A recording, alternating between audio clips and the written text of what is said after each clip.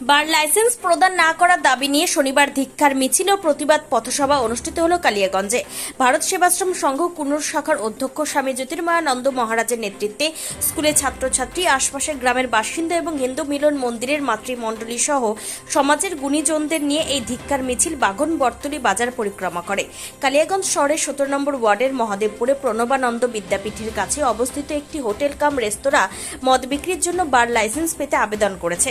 ছাত্রছাত্রী ও যুব সমাজের স্বার্থে শিক্ষা প্রতিষ্ঠানের কাছে বার লাইসেন্স না দেবার আবেদন সামনে রেখে এই আন্দোলন শুরু হয়েছে। ইতিমধ্যে স্থানীয় প্রশাসন ও আবগারি দপ্তরে বার লাইসেন্স না দেওয়ার জন্য স্মারকলিপি প্রদান করা হয়েছে। খুব শীঘ্রই মুখ্যমন্ত্রীর সাথে দেখা করে বারের লাইসেন্স বন্ধের আবেদন করা হবে।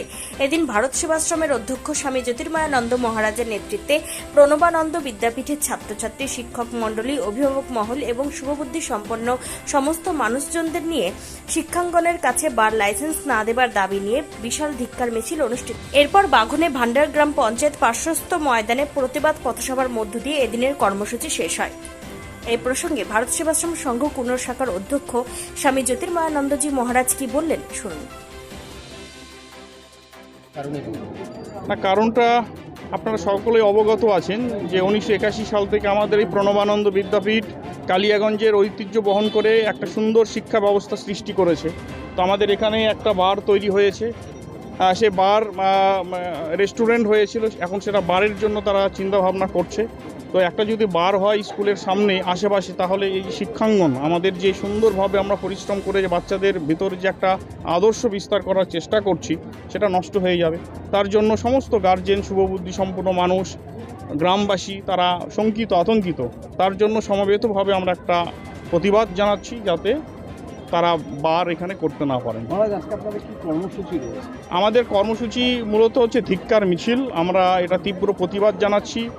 শুভবুদ্ধি সম্পন্ন মানুষ হিসাবে, গ্রামবাসী হিসাবে, অভিভাবক অভিভাবিকা হিসাবে, ছাত্রছাত্রী তারা আছে, সবাই মিলে আমরা ধিক্কার জানাচ্ছি যাতে তারা কাজ করুক। যারা বার করছেন তারা শুনেছি তারা অর্থশালী, তারা বুদ্ধিসম্পন্ন মানুষ, তারা এমন কাজ করুক যা সমাজ তাদেরকে গ্রহণ করে। এমন কাজ করছে যে সমাজের মানুষ তাদের বিরুদ্ধে রাস্তায় নামছে। আমরা এই কাজ থেকে তাদের কাছে অনুরোধ করব যে আরেকবার চিন্তা করা, যাতে এই ধরনের অ্যাক্টিভিটি সেখানে না হয়। প্রশাসনের দ্বারস্থ হয়েছিল সব জায়গায়, সেখানে প্রশাসনকে কি আশ্বাস পেয়েছেন? না, প্রশাসন তো বলছি আমরা দেখছি, কিন্তু আমরা আশ্বস্ত হতে পারছি না যতক্ষণ না প্রশাসন আমাদেরকে ভালোভাবে বলছেন যে একদম স্ট্রিক্টলি বলছেন যে আমরা বন্ধ করে দিলাম।